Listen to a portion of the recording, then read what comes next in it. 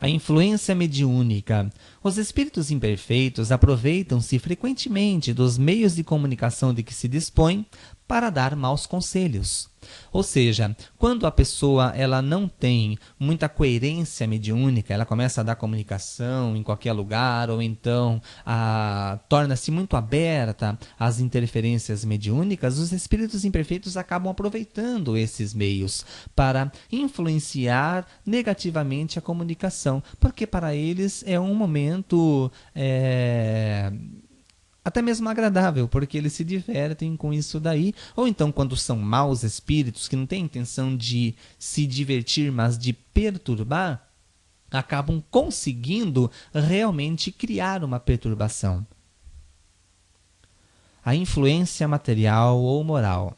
Os espíritos dos que tiveram na Terra uma preocupação material ou moral exclusiva, se ainda presos à influência da matéria, conservam as ideias terrenas. Isso é fácil de reconhecer pela sua linguagem. Então, imagine que eu desencarno hoje à noite. Amanhã eu dou uma comunicação. A minha comunicação vai ser eu falando como estou falando aqui agora, porque eu mantenho, por estar preso ainda à influência da matéria, eu mantenho as minhas ideias terrenas, eu conservo as minhas ideias terrenas e me manifesto me expressando da forma que me expresso naturalmente. E isto é fácil de reconhecer pela minha linguagem, pelo meu modo de falar, pela minha forma de me comunicar.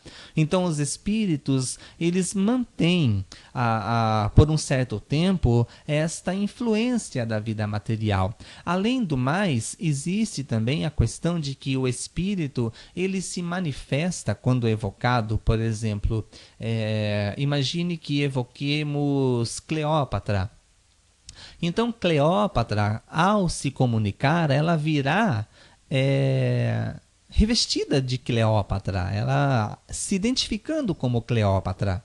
Tá? Com a roupa que ela usava naquela época. Se evocarmos Nero, ele virá daquela forma como ele era naquela época. Então ele sempre se identifica pela forma com a qual é evocado, independente de quantas reencarnações ele já tenha tido após esta experiência pela qual estamos evocando nesse instante. Então o espírito ele traz na sua linguagem as características da personalidade pela qual ele está sendo evocado, solicitado.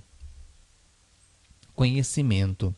Os conhecimentos de que certos espíritos muitas vezes se enfeitam não são nenhum sinal de superioridade. Essa superioridade se verifica na pureza inalterável dos sentimentos morais.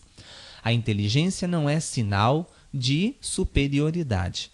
A superioridade é realmente esta pureza dos sentimentos morais. Muitas pessoas desencarnadas, encarnadas, espíritos encarnados ou desencarnados, são muito inteligentes, porém levianos, usando a sua inteligência para o mal. É por isso que nós vemos em alguns lares, algumas famílias, espíritos vivendo existências difíceis, com problemas mentais, perturbações emocionais, para valorizarem o que outrora não souberam valorizar. Entrevista. Não basta que interroguemos o espírito para se conhecer a verdade. Os espíritos inferiores tratam com leviandade as mais sérias questões. Devemos saber a quem nos dirigimos. E isto só é possível através da linguagem. A linguagem é o meio mais importante na identificação dos espíritos. Podemos entender muito melhor isso daí nas questões de número 100 em diante de O Livro dos Espíritos e também na Revista Espírita, fevereiro de 1858, ambos tratando a respeito da escala dos espíritos. Gracejos. Os gracejos dos espíritos superiores são muitas vezes sutis e mesmo picantes, mas nunca banais. Entre os espíritos zombeteiros, a sátira mordaz é feita quase sempre muito a propósito. Vamos entender a palavra picante no sentido de algo que nos faça rir, que nos traga até mesmo uma risada um pouco mais extravasada. mas nunca é banal, é sempre de uma característica elegante. Imagine, por exemplo, um Divaldo Pereira Franco fazendo uma palestra e quantas vezes ele conta alguns gracejos, algumas piadas que fazem as pessoas sorrirem. Ou então Chico Xavier, quando no Pinga Fogo, né, ele conta do caso do avião, onde ele estava viajando de avião e o avião entra em turbulência. Então é muito engraçado, você ri, é um tanto picante, como diz aqui a palavra. Nesse sentido é que devemos entendê-la. Mas nunca é banal, sempre tem uma finalidade útil aquilo que ele está dizendo. Nunca é simplesmente vulgar, banal, né? Ela sempre traz algum fim, algum suplemento moral na informação que é trazida, neste gracejo que é trazido. Agora, os espíritos zombeteiros, a sátira mordaz é feita sempre a muito propósito, então eles gostam de satirizar. Grau de confiança. Estudando-se com atenção o caráter dos espíritos que se manifestam, sobretudo sobre o aspecto moral, reconhece-se a sua condição e o grau de confiança que merecem. Ou seja, analisando o caráter dos espíritos através da linguagem, como já o dissemos, conseguiremos entender melhor em que condição e qual o grau de confiança que eles merecem da nossa parte. No Livro dos Espíritos, ou na Revista Espírita, fevereiro de 1858, Livro dos Espíritos, na questão de número 100, em diante, Allan Kardec trata a respeito da escala espírita, e na escala espírita ele é muito explícito quando fala a respeito dos níveis dos espíritos em 3 grupos principais: os maus espíritos, os bons espíritos e os espíritos puros, e as várias classes que pertencem a cada grupo. Então, a gente consegue identificar essas características através das coisas que eles falam, dos sinais materiais, como já ouvimos, através das suas ações, e isto ajuda-nos a reconhecermos a sua condição e sabermos que grau de confiança que esses espíritos merecem.